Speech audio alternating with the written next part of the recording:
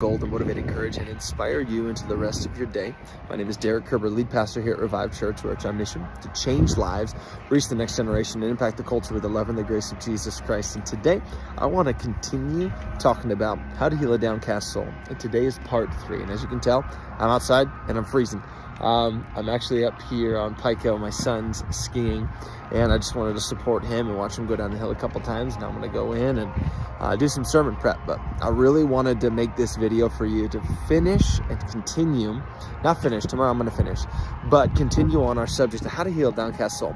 Because many times we hear, yes, we need to get our mind right, yes, we need to do this, but we need practical tools and steps on how to do that.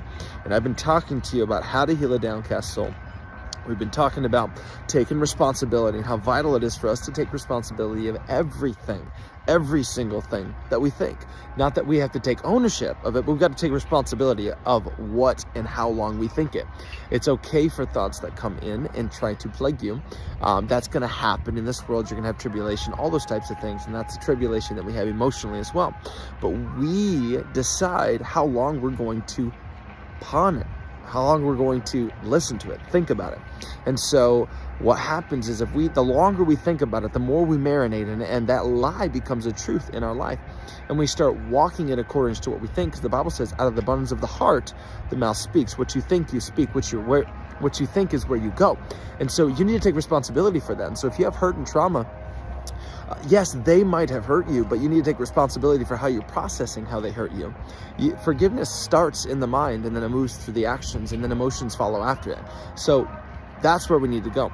And so today, I want to talk to you real quick. It's not just your behavior that has to change. It's your mind that has to change. And so how we do that, how we change our mind, is we need to renew it.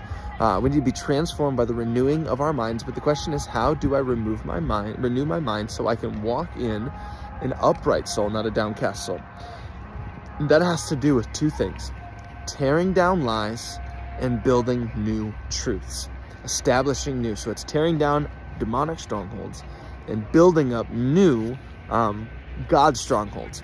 And so all the way back to the understanding of strongholds, we talked about it this last weekend, of we need to pull down strongholds, and that needs to be done one lie at a time, one hurt at a time, one process at a time, one forgiveness at a time, and continue to walk in that. But it's not as much for you to just tear down a wrong house. You still need a house to live in. And so you need to build something new that's sustainable, that's going to help you grow into the future. And so that needs to be done by getting into Bible study and doing all the right things when it comes to focusing your mind in on. This morning, especially, we were in group, and I was super excited about it because we were talking about identity last week. And then this week we focused and honed in on fixing our eyes. Now, it's not so much about looking at Jesus, then look at someone else, looking at God and spending time with a little bit of God, and then going living like the world the rest of the day. It's about fixing my eyes on Him, fixing my thoughts on Him, because what I think is where I go. And so it's about when I get these different things that come into my mind, when I get these different areas that come into my mind where I'm thinking about them, whether it is something that you saw in a movie or something that you were exposed to as a child, or a trauma that had happened from being abused, or whatever it might be. It's about fixing my eyes on something different than that, fixing my affections, fixing it, pointing it toward it. And I've used this thing when I've mentored other individuals, and it worked for me walking through pornography. It could work for you when you walk through trying to break off of addiction, whether it's drugs, alcohol, pills, whatever it might be, or like security from someone else's wording towards you, and all the on we can go.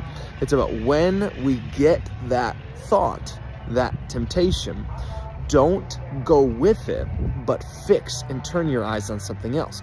It could be a thought about church that Sunday, or a group, or a time in your life where you can constantly go back to and remember what God did for you. It's the conscious act of turning your affection away from that thought that is negative and wrong, that's going to lead you down the wrong area, and move that towards the right one. And that's done by consciously remembering the Lord your God, consciously taking responsibility for that thought, and moving that in a different direction. And it's important for you to do that. It's important. It's not just about your actions. You can't just change your actions. You've got to change your thoughts. You've got to change how you think, because your actions will only change when your mind permanently changes.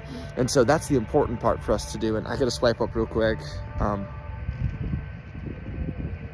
I don't know if that just took it off. But we also need to understand, we need to think through, this is number 4, think through your problems rather than just reacting to it. Here's the thing. Many of us were born to react. That's what we're called to do. Some people react externally, some people react internally, but either way, we all react to certain things that come into our life. But it's important for us to think through what it is that just happened, what it is that is causing this trigger, and pray about it and submit it to God before reaction. Many times we get ourselves in even worse problems and trouble when we just react to certain situations based on the information at hand, rather than trying to go full circle and process what it is that I just saw, what it is that just happened, what it is that they just said. And so it's important for us to be able to think through that and bring it to Christ. And a lot of people say this: pray before you post. Bring it to the Lord before you bring it to someone else. And I had one time where I taught something on a Sunday that was a really difficult thing to preach about. And it was a revelation the Lord had brought me. And I had an individual in the church. They didn't just freak out on me that Sunday morning and say, I dare you, I can't believe you said that, I can't believe you taught that, that's totally wrong, because it was different than what they had learned and what they thought. And so they I know what, I'm not going to do that. I'm going to bring it to God. So that all week, they brought it to God. And I got a phone call on Thursday saying, you know what, Derek, what you said challenged me. But she said, I brought it to the Lord and he corrected me and he showed me that that is the right way. And he was fixing in me different things that I was allowing to get a hold of me from the past and different ways that I was believing. So it's always important. Don't just react to what you hear. You need to pray about what you hear. Bring it to God and allow God to help discern and decide what avenue you need to go down. So with that being said, that's all I got for you guys in today's Midday Motivation. I hope you love it. Hit the like, hit the comment, hit the share button, and get the word out. Let someone know that you're watching. I love you guys, and have a